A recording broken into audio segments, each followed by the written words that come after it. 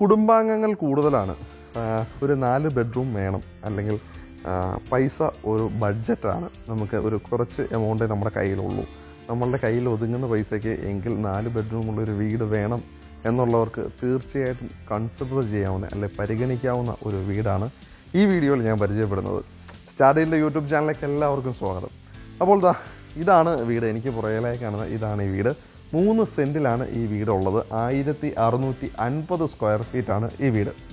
വീടിൻ്റെ ഗേറ്റുകൾ തൊട്ട് നമുക്ക് പറഞ്ഞു തുടങ്ങിക്കഴിഞ്ഞാൽ സ്ക്വയർ ട്യൂബിലാണ് ഗേറ്റുകൾ നിർമ്മിച്ചിരിക്കുന്നത്. ബ്ലാക്ക് കളർ പെയിൻ്റാണ് പെയിൻറ്റിന് ഉപയോഗിച്ചിരിക്കുന്നത്.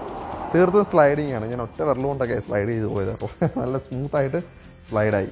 ഇനി ഇത് ഗേറ്റുകൾക്ക് മുകളിലായിട്ട്, ഗേറ്റിൻ്റെ 2 തൂണുകൾക്ക് മുകളിലായിട്ട് 2 ലൈറ്റുകൾ പിടിപ്പിച്ചിട്ടുണ്ട്. ഒപ്പം തന്നെ ഇതൊരു എന്താ പറയുക, ഫുള്ളി 4 സൈഡും മതിലുകൾ കെട്ടി തിരിച്ചിരിക്കുന്ന ഒരു കോമ്പൗണ്ടിനകത്തുള്ള ഒരു വീടാണിത്. അപ്പോൾ 3 സെൻറ്റിനകത്ത് ഒതുക്കി, അതായത് കറക്റ്റ് ആ ഒരു 3 സെൻറ്റിനകത്താക്കി തന്നെയാണ് ഈ വീടിനെ നിർമ്മിച്ചിരിക്കുന്നത്. ഇവിടുത്തെ മെയിനായിട്ടും വാട്ടർ കണക്ഷനാണ് ഉള്ളത്, മുനിസിപ്പാലിറ്റി വാട്ടർ കണക്ഷനാണുള്ളത്, കൊച്ചി കോർപ്പറേഷൻ്റെ. അതിൻ്റെ ടാങ്കും മറ്റുമെല്ലാം ഈ ഒരു കാർ പോർച്ചിൻ്റെ ഈ ഒരു ഏരിയയിലായിട്ടാണ് സെറ്റായിരിക്കുന്നത്. ഇനി കാർ പോർച്ച് ഏരിയയെ പറ്റി പറയുകയാണെങ്കിൽ, ഞാൻ നിങ്ങൾക്ക് വേണമെങ്കിൽ ഒരു എക്കോ സ്പോട്ട് പാർക്ക് ചെയ്യാൻ പറ്റുന്ന രീതിയിലുള്ള ഒരു കാർ പോർച്ചാണുള്ളത്. അതിനുള്ള സ്പേസ് മാത്രമേ ഉള്ളൂ. വലിയൊരു SUV ഒന്നും നമുക്ക് കയറ്റി ഇടാൻ പറ്റിയ ഒരു സ്പേസ് അല്ല. ഒരു കോമ്പാക്റ്റ് SUV നമുക്ക് ഇതിനകത്ത് കയറ്റിയിടാം. ഇനി ഇത് കാർ പോർച്ചിൻ്റെ മുകളിൽ നോക്കുകയാണെങ്കിൽ ഒരു GI സ്ക്വയർ ട്യൂബുകൾ വെച്ചിട്ട് ചെയ്തേക്കുന്ന ഒരു ഡിസൈൻ കാണാം. പിന്നെ നമുക്ക് ഈ തൂണുകൾ ഇവിടെ കൊടുത്തേക്കുന്ന ഒരു ഗോൾഡൻ കളർ തീമാണ് ഇവിടെ കൊടുത്തിരിക്കുന്നത്. അത് സിമെൻറ്റിൽ തന്നെ തീർത്തേക്കുന്ന ഒരു ഡിസൈനാണ് ചെയ്തേക്കുന്നത്. അത് 2 തൂണുകൾക്കും ആ ഒരു ഡിസൈൻ നൽകിയിരിക്കുന്നു. ഇനി ഇവിടെ സിറ്റ് ഔട്ട് എന്ന് പറഞ്ഞൊരു ഭീകരമായൊരു സെറ്റപ്പ് കൊടുത്തിട്ടില്ല. സിറ്റ് ഔട്ട് അത്യാവശ്യം വലിയൊരു വരാന്ത എന്ന് പറയുന്ന രീതിയിൽ മാത്രമേ നമുക്കിതിനുള്ളൂ. പക്ഷേ ഇവിടെ ഒരു കസേരയൊക്കെ ഇട്ടിരിക്കാനോ അല്ല അതിനൊക്കെ ഉള്ളൊരു സൗകര്യം മാത്രമേ ഉള്ളൂ. ഒരു 4 അടി വീതി മാത്രമേ ഇതിന് കൂടുതലുള്ളൂ. ഇനി ഇവിടെ ഗ്രാനൈറ്റാണ്, ബ്ലാക്ക് കളർ ഗ്രാനൈറ്റുകളാണ് ഇവിടെ ഉപയോഗിച്ചിരിക്കുന്നത്.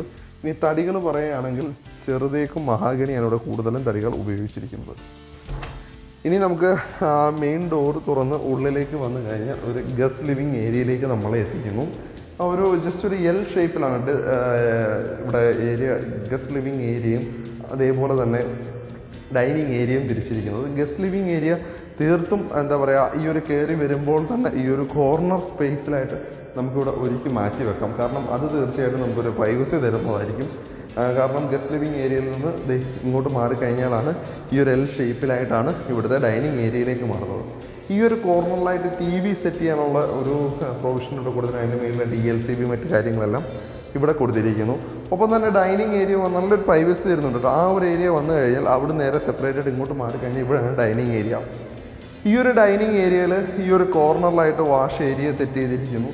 അധികം പണികളോ അല്ലെങ്കിൽ മറ്റ് പണികളോ ഒന്നും ചെയ്യാതെ വെറും ഒരു വാഷ് ഏരിയ, വാഷ് ബേസിൻ കൊടുത്തിരിക്കുന്നു. മുകളിൽ ലൈറ്റിനുള്ള പ്രൊവിഷൻ വന്നിട്ടുണ്ട്, ഇവിടെ സ്വിച്ചുകളും മറ്റും വന്നിട്ടുണ്ട്.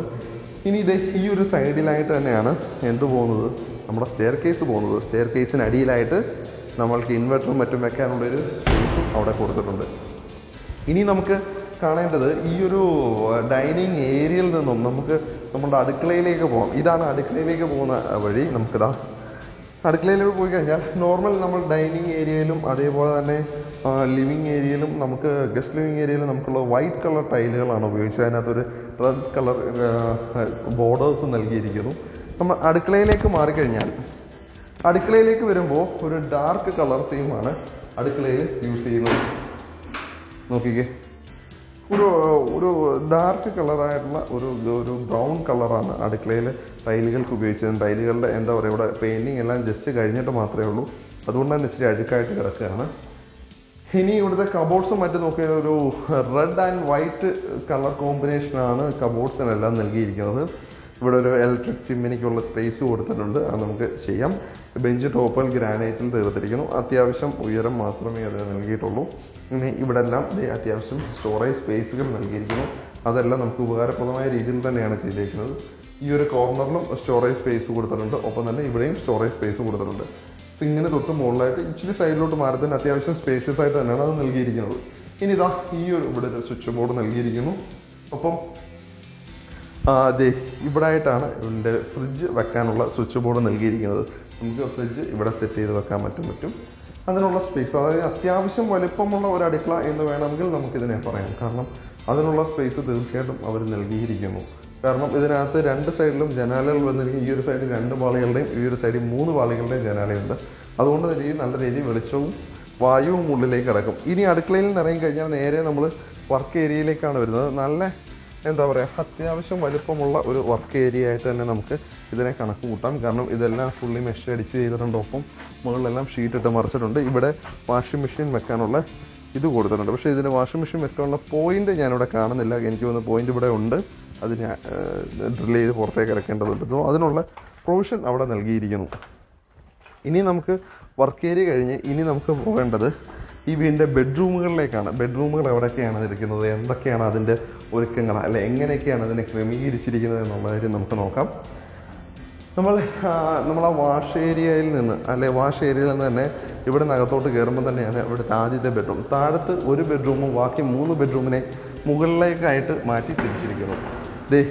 നല്ല വലുപ്പമേറിയ ബെഡ്റൂമാണ് കൊടുത്തിരിക്കുന്നത്. ഈ ഹാളിലും ലിവിങ് ഏരിയയിലും കൊടുത്തിരിക്കുന്ന അതേ ടൈലുകൾ തന്നെയാണ് ഇവിടെ താഴെയും നൽകിയിരിക്കുന്നത്. 2 ഭിത്തികളിലായിട്ട് ജനാലകൾ നൽകിയിരിക്കുന്നു. ഒറ്റപ്പാളികളുടെയും 3 പാളികളുടെയും ജനാലകളാണ് അവിടെ നൽകിയിരിക്കുന്നത്. മഹാഗണി എന്ന തടിയാണ് കത്തടകൾക്കും ജനാലകൾക്കും ഉപയോഗിച്ചിരിക്കുന്നത്. ഇവിടെ ലൈറ്റ് ഇല്ല, അതുകൊണ്ട് തന്നെ എനിക്ക് നിങ്ങളെ ലൈറ്റ് ഇട്ട് കാണിക്കാൻ പറ്റുന്നില്ല. പക്ഷേ ഇവിടെ സ്റ്റെയർ കയറി പോകുന്നതിൻ്റെ ഒരു പോർഷൻ ഈ ബാത്റൂമിൽ കയറുമ്പോൾ നമുക്ക് കാണാൻ പറ്റും. പക്ഷേ അത്യാവശ്യം നല്ല സ്പേസ് ആയിട്ടുള്ള ഒരു ബാത്റൂം തന്നെയാണ്. നല്ലൊരു റെക്റ്റാങ്കിൾ ഷേപ്പിലാണ് ബാത്റൂമിനെ ഒരുക്കിയിരിക്കുന്നത്. ബെഡ്റൂം പ്രൊഫൈലിൽ നിന്ന് ഒരല്പം ഒരു കുഞ്ഞ് ഒരു താഴ്ചയിലാണ് ബാത്റൂമിനെ ഒരുക്കിയിരിക്കുന്നത്. അപ്പോൾ തന്നെ ക്ലോസറ്റ് ഏരിയ ഇങ്ങേ അറ്റത്തായിട്ട് ഒരുക്കിയിരിക്കുന്നു. നടുക്ക് ബാത്ത് ഏരിയ ഒരുക്കിയിരിക്കുന്നു. അങ്ങേയറ്റം വാഷ് ഏരിയ ഒരുക്കിയിരിക്കുന്നു. നല്ലൊരു കളർ തീമാണ്, ഡാർക്ക് കളറായിട്ടുള്ള ഒരു കളർ തീമാണ് ഇവിടെ ഒരുക്കിയിരിക്കുന്നത്. ഇനി ബാത്റൂമിൻ്റെ ഡോറുകൾ പറയുന്ന ഫൈബറിൻ്റെ ഡോറുകളാണ്. അതിന് തടിയുടെ ടെക്സ്ചേഴ്സ് നൽകിയിരിക്കുന്നു. അപ്പോൾ നമ്മൾ താഴ്ന്ന നില ഏകദേശം മുഴുവനായി കണ്ടു കഴിഞ്ഞു. ഇനി നമുക്ക് പോകേണ്ടത് മുകളിലത്തെ നിലയിലേക്കാണ്. മുകളിലത്തെ നിലയിലാണ് ബാക്കി 3 ബെഡ്റൂമുകളെ ഒരുക്കി വെച്ചിരിക്കുന്നത്. സ്റ്റെയർ കേസ് കയറി വരുമ്പോൾ സ്റ്റെയർ കേസ് സ്റ്റെയിൻലെസ് സ്റ്റീലിൽ വെച്ചാണ് സ്റ്റെയർ കേസിൻ്റെ കൈവരികൾ നൽകിയിരിക്കുന്നത്. ഒപ്പം പടികൾ ടൈലുകൾ, അതായത് ഈ ഒരു ഡാർക്ക് ഗ്രേ കളർ എന്ന് പറയുന്നൊരു കളർ ഉപയോഗിച്ചതാണ് ടൈലുകളാണ് സ്റ്റെയർ കേസിന് കൊടുത്തിരിക്കുന്നത്. സ്റ്റെയർ കേസ് കയറി പകുതി വരുമ്പോൾ മേളിൽ വലിയൊരു ജനാല കാണാം. സ്ലൈഡിങ് വിൻഡോകളാണ് അതിന് നൽകിയിരിക്കുന്നത്. സ്റ്റെയർ കയറി നമ്മൾ ലോബി ഏരിയയിലേക്ക് വന്നു കഴിഞ്ഞാൽ ഇതും ഒരു എൽ ഷേപ്പിലാണ് ഈ ഒരു ലോബി ഏരിയ വന്നിരിക്കുന്നത്. ഇവിടെ വേണമെങ്കിൽ ഒരു ഫാമിലി ലിവിങ് ഏരിയ ആയിട്ട് നമുക്കിതിനെ ഉപയോഗിക്കാം. തീർച്ചയായിട്ടും ഫാമിലി ലിവിങ് ഏരിയ ഏറ്റവും അത്യന്താപേക്ഷികമായ ഘടകമാണ് ഒരു വീട്ടിൽ. ഇനി നമുക്ക് ബെഡ്റൂമുകളിലേക്ക് പോവാം. ആദ്യത്തെ ബെഡ്റൂം ഇവിടെ ആയിട്ടാണ്. നമ്മുടെ അടുക്കള ഇരുന്നതിൻ്റെ നേരെ മുകൾ വശത്താണ് ഈ ഒരു ബെഡ്റൂം ഇരിക്കുന്നത്. അത്യാവശ്യം വലുപ്പമേറിയ ബെഡ്റൂം തന്നെയാണ് എവിടെയും കൊടുത്തിരിക്കുന്നത്. 2 ഭിത്തികളിലും ജനാല, ഈ 2 പാളികളിലെ ജനാല കൊടുത്തിരിക്കുന്നു. ബാത്റൂമിൻ്റെ സൈസ് നോക്കാം. ഇവിടെ ഒട്ടും വേറെ അഡീഷണൽ ലൈറ്റുകളൊന്നുമില്ല. ഇല്ലാതെ തന്നെ ഇത്രയും പ്രകാശം ഈ വീട്ടിൽ കിട്ടുന്നുണ്ട്. അത്യാവശ്യം ചെറുതാണ്, ഒരുപാട് വലുതല്ല, ചെറുതാണ് ഉള്ള ഈ ഒരു ബാത്റൂം. ഇവിടെയും ഒരു ലൈറ്റ് കളർ തീമാണ് ഈ ഒരു ബാത്റൂം ഉപയോഗിച്ചിരിക്കുന്നത്. നമ്മൾ താഴത്തെ ബാത്റൂമിൽ കണ്ട അതേ ഡോറുകൾ തന്നെയാണ് ഇവിടെയും കൊടുത്തിരിക്കുന്നത്. ഇനി 3ാമത്തെ ബെഡ്റൂമിലേക്കാണ് പോകേണ്ടത്. അത് ഇവിടെയാണ്. ഈ ബെഡ്റൂം ഒരു ഇച്ചിരി നല്ല രസമുള്ള ബെഡ്റൂമാണ്. ഇവിടുത്തെ ജനാലയൊക്കെ തുറന്നിട്ട് അതിൻ്റെ വിശാലമായ പാടമാണ് അങ്ങോട്ട് കാണാനുള്ളത്. നല്ല നെൽപ്പാടങ്ങളും മറ്റു കാര്യങ്ങളുമാണ്. ഇങ്ങോട്ട് നോക്കൂ. ഇവിടെ ഒരു ഒറ്റപ്പാതയുള്ള ജനാല കൊടുത്തിരിക്കുന്നു. ഒപ്പം തന്നെ ഇവിടുത്തെ ബാത്റൂം ജസ്റ്റ് ഒരു ഇച്ചിരി പൊങ്ങിയാണ് ഇവിടുത്തെ ബാത്റൂമിലേക്ക് കയറുന്നത്. താഴത്തെ ബാത്റൂമിലേക്ക് ഒരു അരയടി താഴോട്ടാണെങ്കിൽ ഒരു അരയടി മുകളിലേക്ക് മാറ്റി കൊടുത്തിരിക്കുന്നു. ഇവിടെയും അത്യാവശ്യം സ്പേസ് ഉള്ള ഒരു ബാത്റൂമിനെ നൽകിയിരിക്കുന്നു. ക്ലോസറ്റ് ഏരിയയും ബാത്ത് ഏരിയയും വാഷ് ഏരിയയും 3 ഏരിയയും 3ആയിട്ട് തിരിച്ചുകൊണ്ട് തന്നെ അത്യാവശ്യം സ്പേസിലാണ് അതിനെയും ഒരുക്കിയിരിക്കുന്നത്. ഇതിന് എന്താ പറയുക, തടിയുടെ ടെക്സ്ചർ വരുന്ന രീതിയിലുള്ള ഒരു ഫൈബറിൻ്റെ ഡോറുകളാണ് അവിടെയും കൊടുത്തിരിക്കുന്നത്. ഇനി നമുക്ക് കാണുന്നുള്ളത് 4ാമത്തതും അവസാനത്തതുമായ ബെഡ്റൂമാണ്. അത് ഇവിടെയായിട്ടാണ്. നോക്കിയേ, ഈ ഒരു ബെഡ്റൂം ഇച്ചിരി നീളത്തിലാണ് ഇതിനൊരു ക്രമീകരണം നടത്തിയിരിക്കുന്നത്. ഇവിടെ ഒരു ഭിത്തിയിൽ തന്നെ 2 ജനാലകൾ കൊടുത്തിരിക്കുന്നു. 2 പാളികളിൽ തന്നെ ജനാലകൾ നൽകിയിരിക്കുന്നു. ഇനി ബാത്റൂം നോക്കിക്കേ.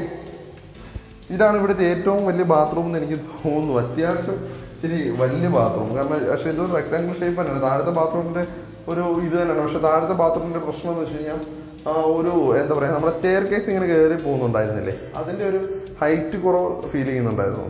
അപ്പോൾ പക്ഷേ ഈ ഒരു ബാത്റൂമിന് ആ ഒരു ഹൈറ്റ് ഫീലിംഗ് ഇല്ല, പക്ഷെ അതുകൊണ്ട് തന്നെ നല്ലൊരു സ്പേസ് ഇതിനകത്ത് കിട്ടുന്നുണ്ട്. അപ്പോൾ ഈ ബാത്റൂമിനും ഒരു എന്താ പറയുക ലൈറ്റ് കളർ തീമാണ് അവിടെയും കൊടുത്തിരിക്കുന്നത്. അപ്പോൾ നമ്മൾ ഈ വീടിൻ്റെ 4 ബെഡ്റൂമുള്ള ഈ വീട് മുഴുവനായും ഏകദേശം കണ്ടു കഴിഞ്ഞിരിക്കുന്നു.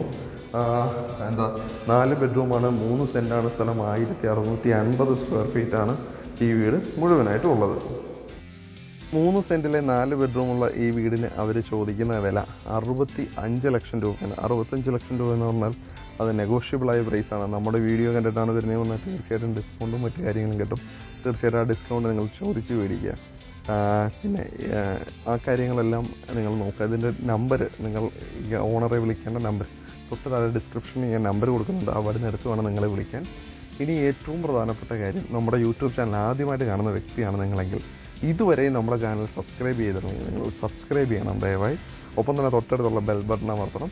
ഇനി നിങ്ങൾ ഫേസ്ബുക്കിലാണ് ഈ വീഡിയോ കാണുന്നതെങ്കിൽ നിങ്ങളുടെ നമ്മുടെ പേജ് ഫോളോ ചെയ്യണം, ഒപ്പം തന്നെ ലൈക്ക് ചെയ്യണം. ഇനി രണ്ടിടത്തും നിങ്ങളുടെ കിളിയേറിയ കമൻറ്റ്സ്, ഞങ്ങൾക്ക് ഏറ്റവും കൂടുതൽ അത്യാവശ്യം വേണ്ട നിങ്ങളുടെ കമൻറ്റ്സാണ്. എന്താണെന്ന് വെച്ചാൽ ഞങ്ങൾക്ക് എന്തെങ്കിലും മാറ്റങ്ങൾ വരുത്തണമെന്നുണ്ടെങ്കിൽ അത് നിങ്ങൾ ഞങ്ങളോട് പറഞ്ഞെങ്കിൽ മാത്രമേ അറിയൂ എന്തൊക്കെ മാറ്റങ്ങളാണ് വരുത്തേണ്ടത്, എന്തൊക്കെ കാര്യങ്ങളാണ് ചെയ്യേണ്ടതെന്നുള്ളത്.